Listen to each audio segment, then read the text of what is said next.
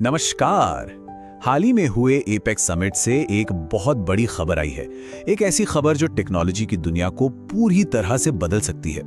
दरअसल चीन ने आर्टिफिशियल इंटेलिजेंस के भविष्य को लेकर एक बिल्कुल नई बहस छेड़ दी है। तो चलिए समझते हैं कि ये पूरा मामला आखिर है क्या। ये शब्द हैं चीन के राष्ट्रपति शी जिनपिंग के, और ये सिर्फ एक बयान नहीं है, ये उस बड़े प्रस्ताव की नींव है जिसने पूरी दुनिया का ध्यान अपनी ओर खींच लिया है। इससे ये पता चलता है कि चीन एआई को एक ऐसी ताकत के तौर पर देख रहा है जिसे सबके भले के लिए कंट्रोल किया जाना चाहिए। तो इसी सोच को आगे बढ़ाते हुए चीन ने एपेक्स समिट के मंच से आधिकारिक तौर पर आर्टिफिशियल इंटेलिजेंस को गवर्न करने के लिए एक नई ग्लोबल संस्था बनाने का प्रस्ताव रख दिया है। ये कोई छोटा मोटा कदम नहीं है, बल्कि एक बहुत बड़ा कदम है जो एआई के भविष्य के नियम बनाने की रेस में चीन के इरादों को साफ साफ दिखाता है। तो आखिर ये प्रस्ताव है क्या? चीन ने 2025 के एपेक्स समिट में world artificial intelligence cooperation organisation बनाने का सुझाव दिया है। जैसा कि नाम से ही जाहिर है, इसका मकसद दुनिया भर में एआई पर सहयोग को बढ़ावा देना है। इस संगठन के जो लक्ष्य बताए गए हैं वो काफी एम्बिशियस हैं। चीन का कहना है कि ये संस्था एआई के लिए दुनिया भर में नियम बनाएगी, जिम्मेदार इनोवेशन को पक्का करेगी और ये भी देखेगी कि टेक्नोलॉजी का फायदा सब तक पहुंचे।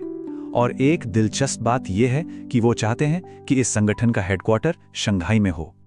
लेकिन सवाल ये है कि क्या ये प्रस्ताव सिर्फ दुनिया में सहयोग बढ़ाने के लिए है? असल में ये चीन की एक बहुत बड़ी नेशनल स्ट्रैटेजी का हिस्सा है। चलिए अब ये समझते हैं कि इस घोषणा के पीछे का असली खेल क्या है। इस पहल के पीछे चीन की जो सोच है वो सिर्फ एआई के नियम बनाने से कहीं ज्यादा गहरी है। इसके सेंटर में एक बहुत ही पावरफुल आइडिया काम कर रहा है, और वो आइडिया है एल्गोरिथमिक सॉवरेनिटी। अब इस सुनने में शायद थोड़ा मुश्किल लगे, पर इसका मतलब सीधा सा है। इसका मतलब है कि एक देश चाहता है कि डिजिटल दुनिया को कंट्रोल करने वाली जो कोर टेक्नोलॉजीज हैं, जो डेटा है और जो नियम कानून है, उन सब पर उसका पूरा कंट्रोल हो। वो खुद उनके लिए स्टैंडर्ड्स तय करना चाहता है। चीन की ये जो पूरी रणनीति है वो 3 मेन पिलर्स पर खड़ी है। पहला, वेस्टर्न टेक्नोलॉजी पर अपनी निर्भरता खत्म करना। दूसरा, एआई जैसी नई टेक्नोलॉजी के लिए ग्लोबल स्टैंडर्ड्स तय करना ताकि नियम उनके हिसाब से बने। और तीसरा, डीप सीक जैसी अपनी घरेलू कंपनियों को इतना आगे बढ़ाना कि वो दुनिया में लीडर बन जाए। अब इस मुद्दे पर दुनिया की 2 सबसे बड़ी अर्थव्यवस्थाओं यानी चीन और अमेरिका के बीच सोच का एक बहुत बड़ा फासला है। एआई के भविष्य को लेकर दोनों बिल्कुल अलग अलग दिशाओं में जा रहे हैं। दोनों देशों के अप्रोच में जमीन आसमान का फर्क है। देखिए, चीन एक ग्लोबल संस्था के जरिए सबके साथ मिलकर ग्लोबल रूल्स बनाने पर जोर दे रहा है। वहीं दूसरी तरफ अमेरिका किसी भी तरह की ग्लोबल रेगुलेटरी बॉडी के खिलाफ है। वो अपने लिए फ्लेक्सिबिलिटी बनाए रखना चाहता है और इसके लिए बायलैटरल एग्रीमेंट्स यानी 2 देशों के बीच समझौतों को ज्यादा तवज्जो देता है। और इन पॉलिसी के मतभेदों के पीछे जो पॉलिटिकल टेंशन है उसे एक घटना से आसानी से समझा जा सकता है।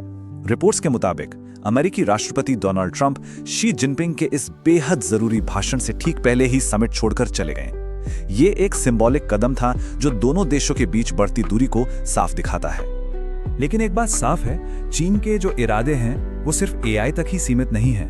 ये उसकी एक बहुत बड़ी इकोनॉमिक स्ट्रैटेजी का हिस्सा है जिसमें दूसरे जरूरी टेक सेक्टर्स भी शामिल हैं।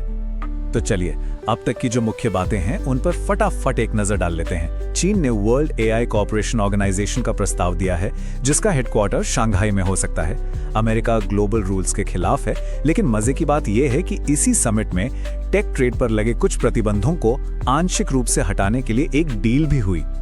एआई के साथ साथ राष्ट्रपति शी ने ग्रीन टेक्नोलॉजी में भी सहयोग बढ़ाने की बात की। उन्होंने खास तौर पर इलेक्ट्रिक व्हीकल्स, सोलर पावर और बैटरी टेक्नोलॉजी जैसे सेक्टर्स का जिक्र किया, जहां चीन पहले से ही एक ग्लोबल लीडर है। यह दिखाता है कि चीन भविष्य की हर बड़ी टेक्नोलॉजी में अपनी लीडरशिप चाहता है। और भविष्य की बात निकली है तो अगला एपेक्स समिट 2026 में चीन के शेंजन शहर में होगा। शेंजन को चीन की इकोनॉमिक और टेक्नोलॉजिकल कामयाबी का सिंबल माना जाता है। तो अगले समिट की लोकेशन अपने आप में चीन की बढ़ती ताकत का एक साफ संदेश है। तो ये सब हमें किस तरफ ले जा रहा है? हम सब आज टेक्नोलॉजी के एक ऐसे मोड़ पर खड़े हैं जहां भविष्य के नियम लिखे जा रहे हैं और दुनिया के सामने एक बहुत बड़ा सवाल खड़ा है। ये जो होड़ लगी है ये सिर्फ बेहतर टेक्नोलॉजी बनाने की नहीं है, ये उससे कहीं बढ़कर है।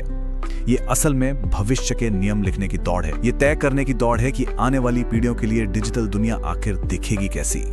और ये सब हमें इस आखिरी और सोचने पर मजबूर कर देने वाले सवाल पर लाकर छोड़ देता है, क्या हम एक ऐसी दुनिया की तरफ बढ़ रहे हैं जो दो अलग अलग डिजिटल खेमों में बढ़ जाएगी, एक जिसे अमेरिका लीड करेगा और दूसरा जिसके नियम चीन लिखेगा। इस टेक्नोलॉजी की लड़ाई के दूरगामी नतीजे क्या होंगे, ये तो आने वाला वक्त ही बताएगा।